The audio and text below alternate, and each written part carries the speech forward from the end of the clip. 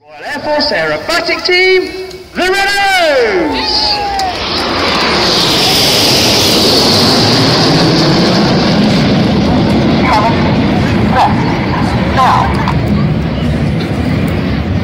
Holding the bank.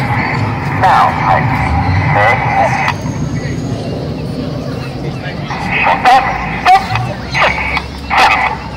In this left-hand turn, you'll now see the jets collapse to around 6 to 8 feet away from each other as Red 1 calls them into short diamond formation in this left-hand turn.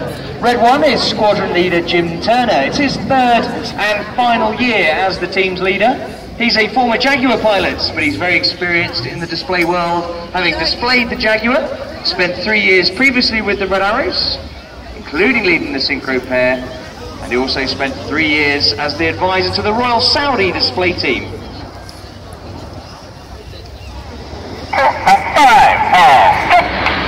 Reds 4 and 5 pitch up to roll back into a formation we call Apollo.